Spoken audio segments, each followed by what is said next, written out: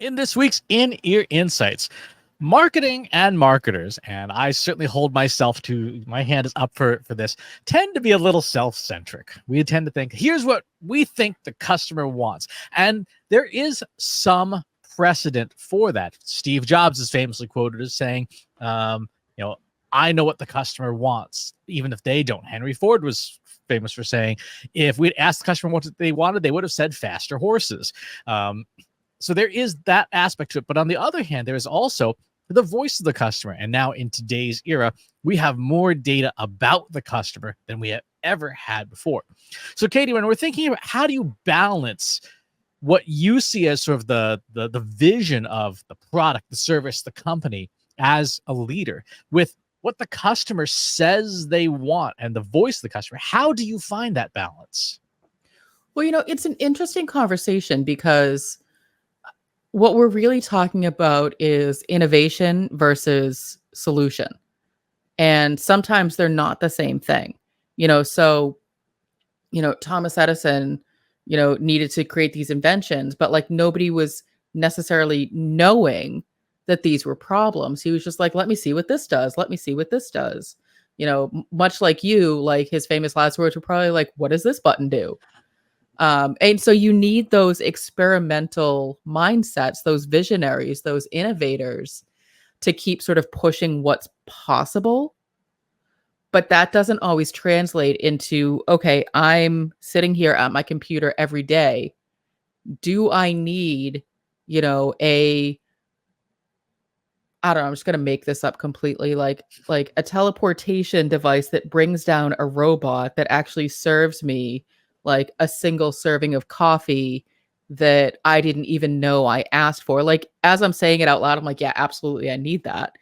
So it's actually a pretty bad example. The point being is the regular consumer doesn't necessarily know that these are problems that we're having. We talk about this in terms of our services, our data analytics services, that a lot of times people aren't even aware that the problem they're having is a governance problem. What they're aware of is the fact that like they want to make decisions and they want to use their data. So like my data must be bad. And so we can see, like we're sort of like the doctors in that scenario. We can see the bigger picture. They're looking at the hangnail or the splinter that they have, not realizing that it's actually, still bleeding because it's a symptom of anemia, which is a symptom of low iron, which is a symptom of malabsorption, which is a symptom of like an autoimmune disease, which is a symptom of bad gut. Like it's a whole, like they're not seeing this, they're seeing what's right in front of their face. So to go back to your original question of how do you balance creating solutions that are far ahead of the problems that people are stating they're having, you need to have both. You need to offer, here's the everyday immediate satisfaction solution, and then you need to keep pushing people forward. And that's where I think using tools like your ideal customer profile comes in really helpful, because we get stuck in, well, I've heard 3 people say that they're struggling with Google Analytics, so let me come up with a solution for that. Well, they didn't ask for that solution. They just said, I'm having a problem, but they didn't ask us to solve it. So now with generative AI, we've been able to develop ideal customer profiles and interact with those in a synthetic way as a stand-in while we're working on getting in front of our actual customers. So it sounds like you're describing product market fit. Like, so we have a thing. Do we have a market for it? Is it a product in search of a market? Is a solution in search of a problem? What's funny about that is, new tech, old problems. So it's, so now we're using generative AI to help us solve existing problems. Like we're not creating new problems. This problem still exists. Is there a product market fit for the widget, for the thing, for the button, for the knob, for the service, whatever? We don't know until we actually do our research. What's changed is our ability to do that research faster, more efficiently. I was thinking about this the other day. when I was driving, and my brain was just sort of wandering. And the the system that we've developed to synthesize data down into a really compact but detailed ideal customer profile would normally have taken someone at least a few weeks, if not longer, to manually collect all of that information, but then also go through and analyze all of that information and pull out the commonalities and figure out, well, where are the trends here and what are the themes here and what are they saying here? And now with generative AI, we can take that same data that we would have used, nothing different, nothing crazy, and do it in about 30 minutes, which to me was just sort of mind blowing to have that realization. Yeah, one of the things I was playing with over the weekend, I was actually getting ready for a talk this coming week, the generative AI for hospitality, and I realized that I still, even after doing the standard process, did not have as good an understanding of the market as I wanted. By the way, you can see the videos preparing for the talk on our YouTube channel if you go to trustinsights.ai/YouTube. And so I found the industry podcast for that industry and said, okay, let's grab all of the episodes from the last year on that. And that was very, very, very informative because it's a weekly show. So there were like 30 episodes just from this year alone on everything that's happening in that industry. And you're right. Even just hiring a human just to listen to all those podcasts, even at 2x speed, would have been hours and hours and hours, much less trying to synthesize all the insights, when I was able to pull together all of the major issues from this industry in under 5 minutes with Google Gemini. I mean, that is, you go from hours and hours to 5 minutes. That's a huge time difference. Well, and I think, not to get too far off track, but that sort of goes into the, oh, will AI take my job? Well, no, it's taking that task, because what it's allowing me to do, what it's allowing you to do, Chris, is instead of us being bogged down by the research, by the summarization, by the analysis, we're actually able to do higher quality things. And so by you being able to really dig into what is going on in the hospitality, not just broad strokes of like anecdotes and a couple of like social media posts, like you actually got into the research, you can then create a super tailored, personalized webinar for the hospitality industry and deliver that high value analysis and message, and it can be actionable for them. And then you can continue to move on to other industries. You can continue to take that research and turn it into other things. And so like what it's done is it's freed you up to do all of that really high quality, high value work, which otherwise you would have still been like, all right, we got to push out the webinar. I'm not done with the research yet. Or you just would have been like, all right, let's just kind of wing it. Let's, let's hope that we know enough about the industry to say something, credible. And so, as we think about innovation versus the solution, I think that, that balance really comes down to like, we need to make sure our foundation is solid.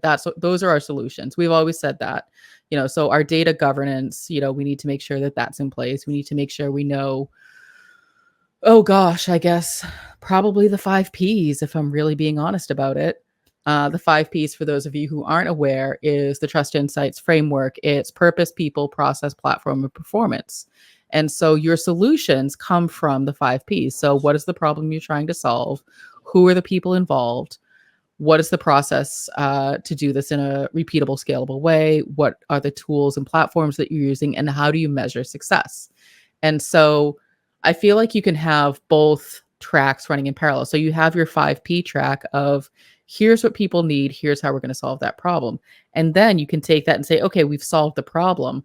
What else can we do? And that's your innovation track. And I feel like companies today need both tracks because the consumers have expectations of generative AI. They don't know what those expectations are. They just know they want to see the flashy thing, the brand new thing, the thing that they don't need, the shiny object.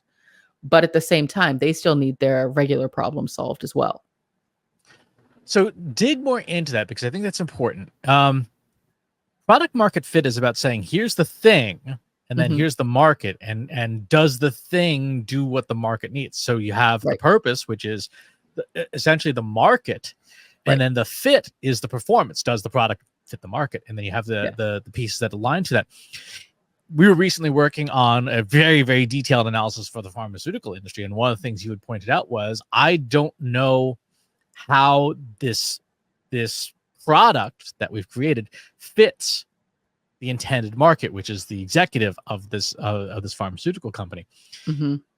When you look at that example and you go through the 5 Ps, where do you think, using the 5 Ps as a diagnostic tool, how would you say, okay, this is or is not a good product market fit?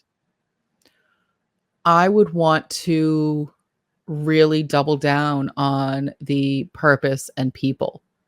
And so pharmaceutical, it's not a small industry and they're not uncomplicated companies. They have, they are these like mega enterprise global companies that have multiple CEOs and, multiple branches and multiple disciplines and multiple product offerings and, subsidiaries and affiliates and, sister companies and, DBAs and all of these things. Like, so when I was looking at that, sort of the blanket statement of, as the CEO, I was like, as the CEO of what? The pharmaceutical company as a whole? Well, I can tell you right now, that guy, even if he reads this report, like, who is he delegating it to? Because he's not also the one executing it. And so that's where I kind of got stuck in that specific example. But I think it's a good example because it speaks to this conversation of innovation versus solutions. And so I think that, you know, when we take a look at that, offline, the first thing we're going to focus in on is, really digging into the user stories of who is this really for? Who's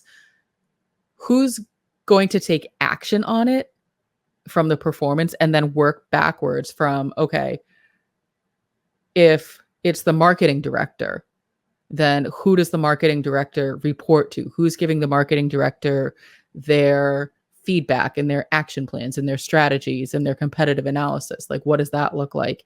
And then sort of work up from there. And that becomes the people of like, okay, who are the people who need this information so that they can give whoever's taking action that direction. And that's the way I would approach that. But at the same time, I do think that there's a place for, giving this information to somebody who's more on the innovator side, but we have to change our expectations on the action that they're going to take with the information. Okay. So if you were to go back to the 5 Ps, then you would say the fit is the performance, the market is the purpose, and then the product would be the people, process, and platform used to serve the market. Possibly. I mean, and I say that because like that you're trying to box it in a very black and white way. Mm-hmm. And, you know, uh, there's a lot of things that go into determining product market fit. And so, right here, right now, I'm going to say maybe. And then, of course, I'm going to go away offline and sort of say, like, where does this actually work? But I think, it's a good enough way to think about product market fit. So you're saying what product is the performance, No, market is the fit is the performance. Like, the is fit this a is the, good fit? Right. The yeah. market is the purpose. Like, why are we doing this thing? Because the market has this Hmm. purpose, has this problem that needs to be solved. And the Yep. product is the people, process, and platform. We need to make the product for the market, and hopefully it Hmm. fits. Yeah. Okay, that makes sense. So then when you have so if it doesn't fall in line with the 5 Ps, then what you have is a solution in search of a problem. Right. Exactly. Where Okay. the performance doesn't fit. You're like, Yeah. hey, market says one thing, people, process, and platform, we use that to make this thing, and performance is, yeah, but the market doesn't want this. Which is really interesting because I think and that sort of goes back to our original part of the conversation where we as marketers, even with all of the data that we now have access to with voice of customer, we still think about ourselves, whether we realize it or not. We're still like, I think this is what our customer needs. I believe this is how our customers would use this. And by starting that with I think, I feel, I want, we've already biased the solution to something that works for us, not what works for them. Mm-hmm. And so going back to what you started with, which is the ideal customer profile, the ideal customer profile fits into the performance slot because it's Mm-hmm. a way to synthetically measure the fit. You say, Mm-hmm. okay, ICP, I think here's who you are. What are the problems you face? The ICP spits out, here are my purposes. Here are my user stories. Hey, I need to know what my competitor's up to. I need to increase revenue. I need to reduce Yep. costs, whatever. We use people process platform to identify the pieces that need to be built. And then you feed that to the ICP. You say, hey, I built this thing. Does this solve your problem? And it can go, yes, that solves the problem, or no, Mm-hmm. that's not what I was looking for. What I like about the way that we've started building out the ideal customer profile is that it takes us out of the conversation altogether. It has zero to do with us other than fit, which is what we want, but it takes our thoughts and opinions and what we want to do out of the conversation in terms of the, feedback that you get. And so for those of you who are wondering, we've developed a large language model that can take your data about who you are, your services, your customers, who your like sort of dream customers are, who your competitors are, and it can very quickly turn that into a very compact and efficient but detailed ideal customer profile that you can then interact with. You can either give it to a large language model and say, this is my ideal customer profile, or you can build that ideal customer profile as a large language model and interact with it. You can ask it questions. So, one of the ways that I use it all the time, every week, is when I write the newsletter, I'll say, have our ideal customer profile read this newsletter. Does it resonate with them? Would they take action on it? What am I missing? And it will give me an alignment report to say it's good, it's bad, it's indifferent, whatever the thing is. And then also here's recommendations on how to fix it. And Mm-hmm. so, think about using your ideal customer profile with your new products, your solutions, your, innovations, your dreams, your ideas, and say, you know, Chris, one of the things that I think you had put together at one point was something along the lines of, a automated way to curate a, Spotify music playlist or something along those lines. But now, instead of you just running it past me and me being, The N of state one. right, the N of one, the representative of the customers, which is not a great representative because, again, I'm an N of one. You can now interact with the ideal customer profile and say, I have this really cool, innovative idea. Is it a fit with our ideal customers? And it's going to give you some feedback and say, sort of, or yes, absolutely. And then me, the N of one, is like, all right, well, I guess my opinion doesn't matter because that's what our customers want. And that's exactly how it should work. We had that experience recently with the video I made for the Macon conference, the music video. You're like, I don't like this. And it Right. turns out But I immediately said, but I'm an N of one. right. Right. And so how do you convince a marketer then who is self-centered? Like, Mhm. hey, buddy, you are an N of one. Maybe you should try using an ICP instead of just going with your gut. It all comes down to performance. I mean, we all have those same KPIs of, what is it? Better, faster, cheaper, all of those things. That's how you get there is you actually deliver things that people want. They'll buy more of it. They will interact with more of it. So using your ideal customer profile to test your thoughts and opinions about where your marketing should go, where your sales should go, is going to refine it and focus it and, theoretically, but also in reality, make it better And so your numbers, your metrics should go up. And that's really like, if you're not someone who cares if you ever sell anything, then great. Don't use an ideal customer profile. But if you want to increase your revenue, if you want to, increase your engagement online, your impressions, your, comments, likes, whatever, then use your ideal customer profile before putting things online, unless you're someone who is really fortunate and has access to your customers, like as a community in real life on demand at any time, and they are fine with you asking them about everything you're about to do. I don't know a situation where that's true in real life. Like, asking your customers to give you feedback on something once in a while, absolutely. Asking your customers all day every day to give you feedback on things that you're about to do, not a likely scenario. But you can do that with an ideal customer profile built into a large language model. You can. One thing that you could do if you already have at least one of your ideal customers is, in addition to using the standard process, take things like call transcripts and emails and stuff and add that to your ideal customer profile to say, like, this is how they actually talk. I was listening to a podcast this weekend about a phone company that makes secure phones specifically for criminals, and how that, like, they zeroed in on their ideal customer profile. We want, like, drug traffickers. It turns out, amusingly enough, that the phone company was owned and operated by the FBI. I mean, there's a lot to unpack there, but come on. Like, how would they not know that? It's called, if you're curious, I'll put in fact, you know what? I'll put a link to that topic in our free Slack community. Go to trustinsights.ai/analytics for marketers, because it was a 3-year operation that was wildly successful. And is one of the most interesting use cases of influencer marketing that I've heard in a long time.